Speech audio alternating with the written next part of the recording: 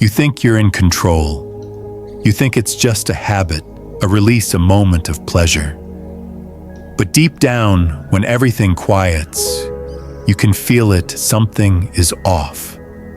The more you chase it, the emptier it feels. And no matter how many times you promise yourself, it's the last time, somehow the cycle always finds its way back. Maybe that's because this was never really about lust. It was never about pleasure. It's about something far older, far deeper. A wound you've long buried in the quiet corners of your unconscious. And lust has simply been trying to soothe what was never fully seen. Carl Jung believed that when a person is trapped in addiction, especially something as primal and consuming as lust, they're not indulging in pleasure. They're avoiding pain, not engaging with life, but escaping themselves. The irony is haunting. The more you try to fill the void, the more the void defines you.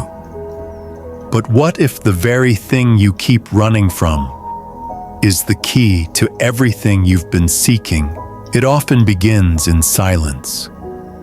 Not the kind of silence that feels peaceful, but the kind that feels sharp. The kind that echoes at night when your room is dark and your mind won't stop spinning. When you're scrolling, swiping, not because you're hungry for something, but because you're terrified of what you'd have to face without the noise. That silence is where your shadow lives. It's where you've exiled the parts of you that didn't fit the grief, the shame, the anger, the loneliness. The memories you didn't know how to carry. The needs you were told were too much. And so lust becomes the mask. It doesn't show up as pain, it arrives as craving. It doesn't knock as fear, it seduces as excitement. It doesn't scream abandonment, it whispers temptation. Because if it came to you as what it truly is, emotional hunger, hurt, abandonment, you'd be forced to feel it. And that is what the unconscious avoids at all costs. So instead, it seeks relief in images, in fantasy, in the quick hit of dopamine that promises connection, but delivers emptiness. Here's the painful twist. The more you reach for lust, the more disconnected you become. Not just from others, but from yourself. You're not broken. You're just lost in translation. The next time the urge rises, don't push it away. Pause. Don't resist, but observe.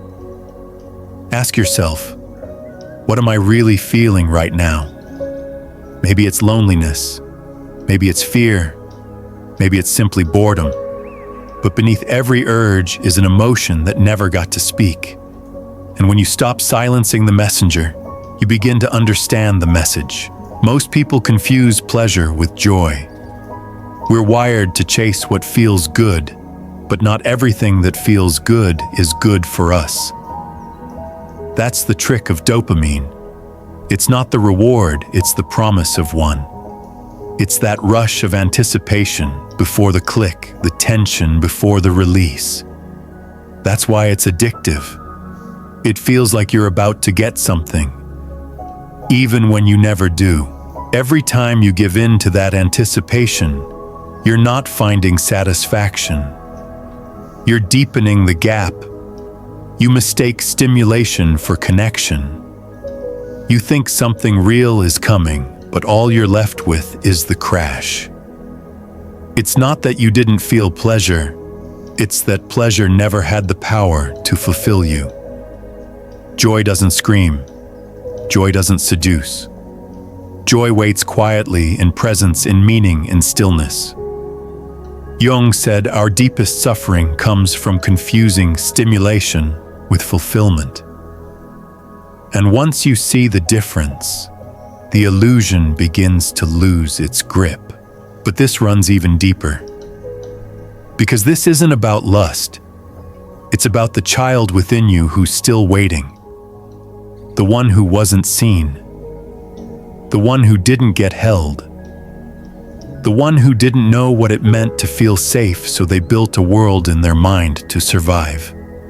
Jung reminded us every adult still carries the child they once were. That child remembers everything, even the things you tried to forget. And that child doesn't want sex. They want safety. They want to be chosen. They want to be told, you are not too much. You are not too little. You are enough. But when that need is left unmet for too long, it warps. It turns into craving, into fantasy, into projections and patterns that mistake attention for affection. That's why lust feels like medicine, because in a distorted way it is. It's the grown-up you trying to fix what the younger you never received. And yet no amount of dopamine can heal a wound carved by emotional starvation. Only presence can do that. Only self-compassion. Only truth. So the next time you feel that familiar tug, that ache, that impulse, don't rush to suppress it. Instead, pause and ask, what is the younger version of me asking for right now? Maybe the answer will be messy. Maybe it will be painful. Maybe it won't even come with words. But in that moment, you'll begin to see that healing doesn't always roar. Sometimes it just sighs.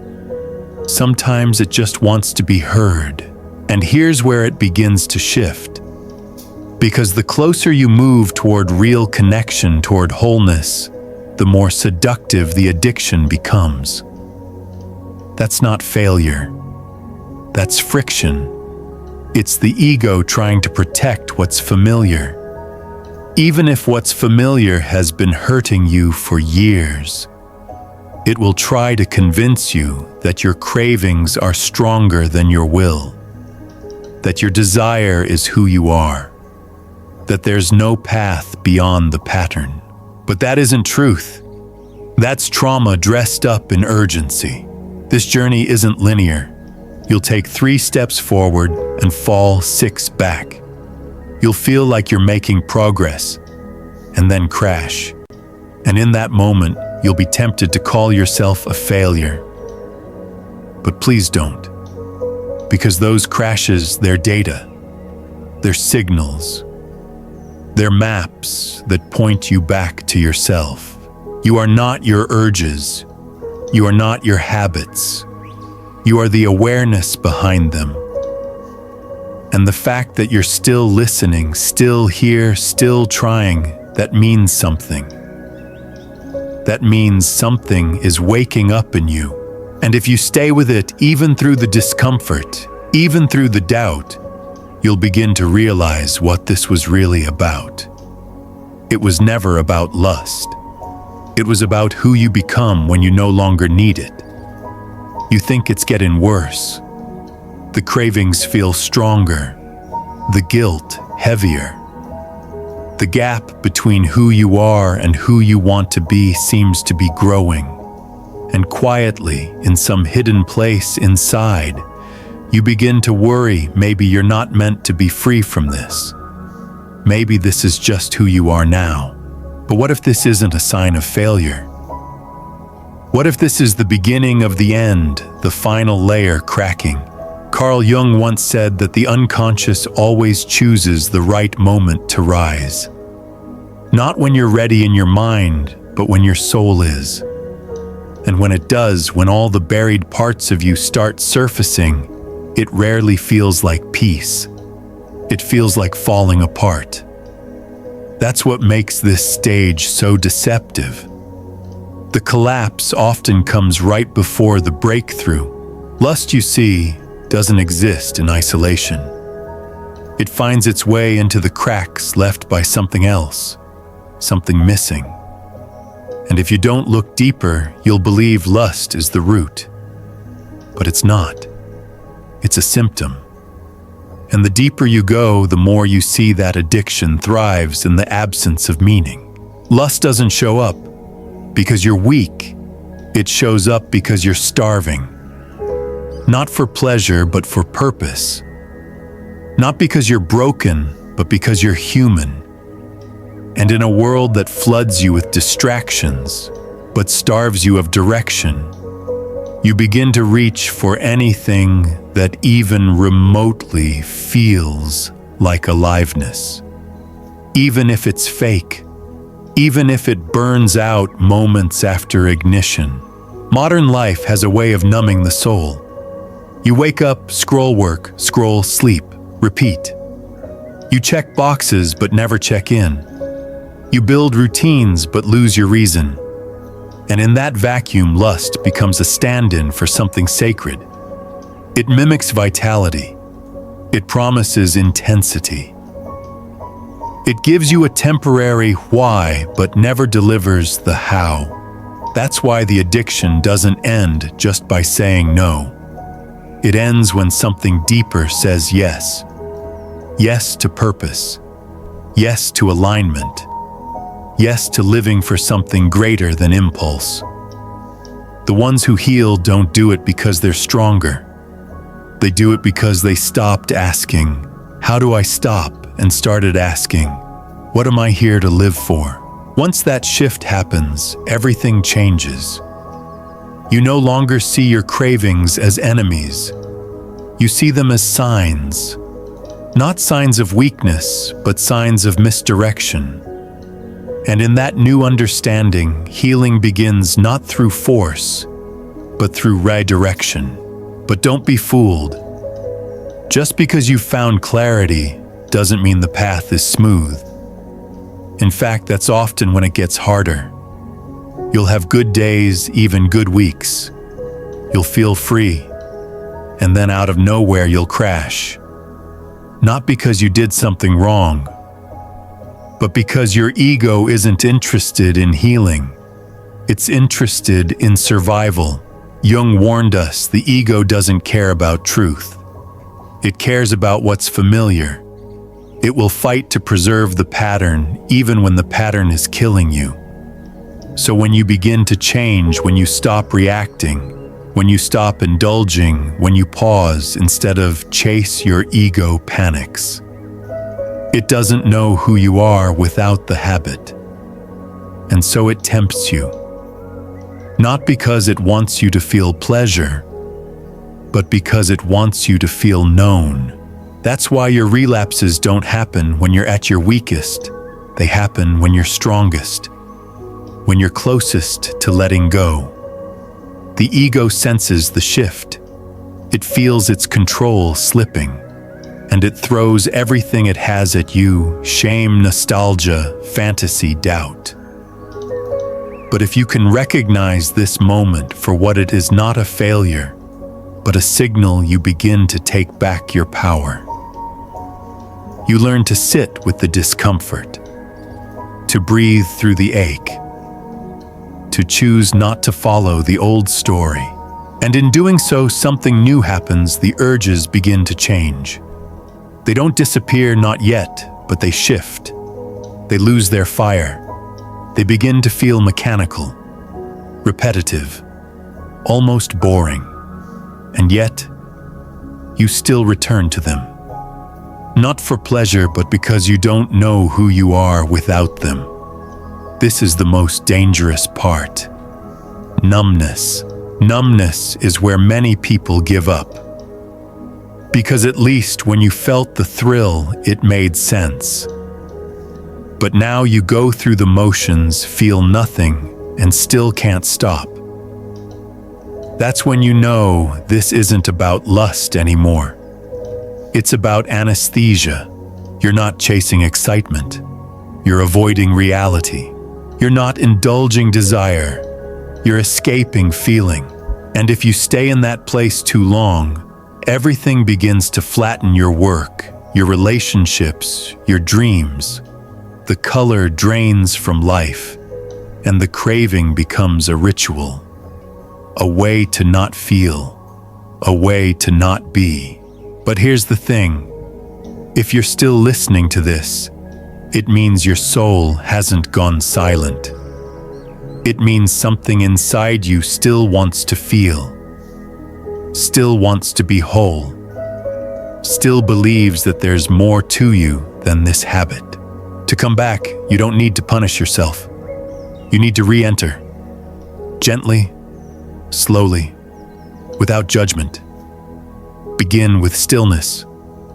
5 minutes of quiet. A walk without distractions. A night without reaching for a screen. Not because you're forcing healing, but because you're remembering who you were before you forgot.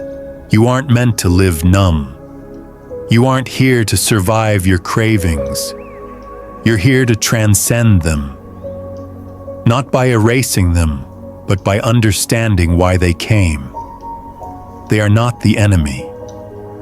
They are the echo of a younger you still trying to be heard. And now you are listening. We're approaching the final turning point. In part 3, you'll discover what comes after numbness. What happens when the urge begins to fade, when the thrill no longer seduces, when you begin to feel nothing. But not the numb kind, the still kind.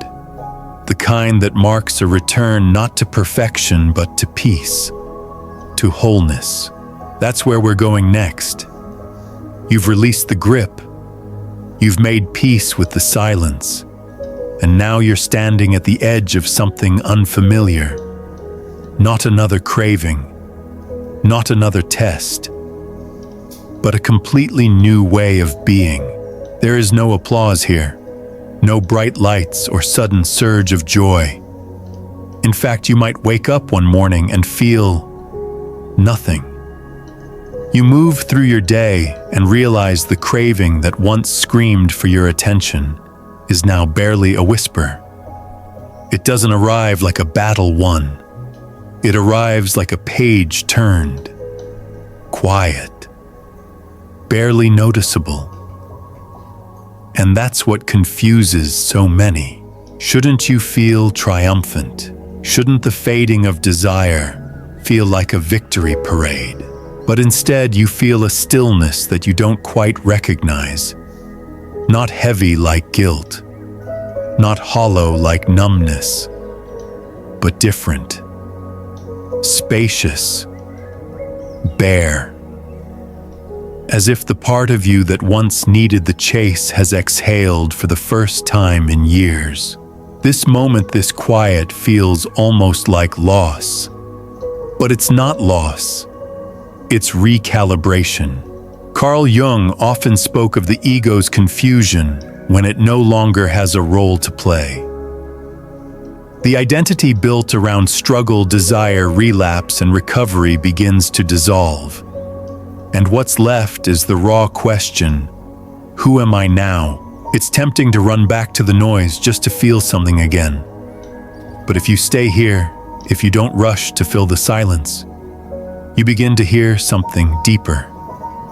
Your true desire, not for escape, not for fantasy, but for connection, for peace, for life as it really is.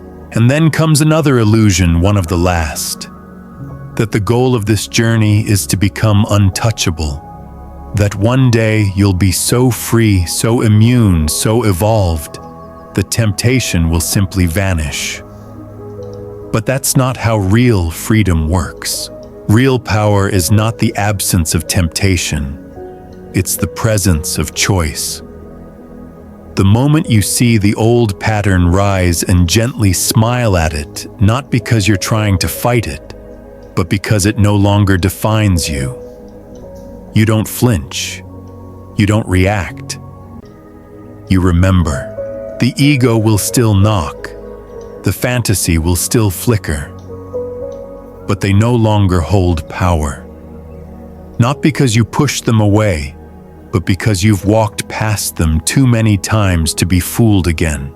You no longer need to chase intensity to feel alive. You've touched the kind of peace that doesn't scream for attention. The kind that doesn't leave you empty afterward.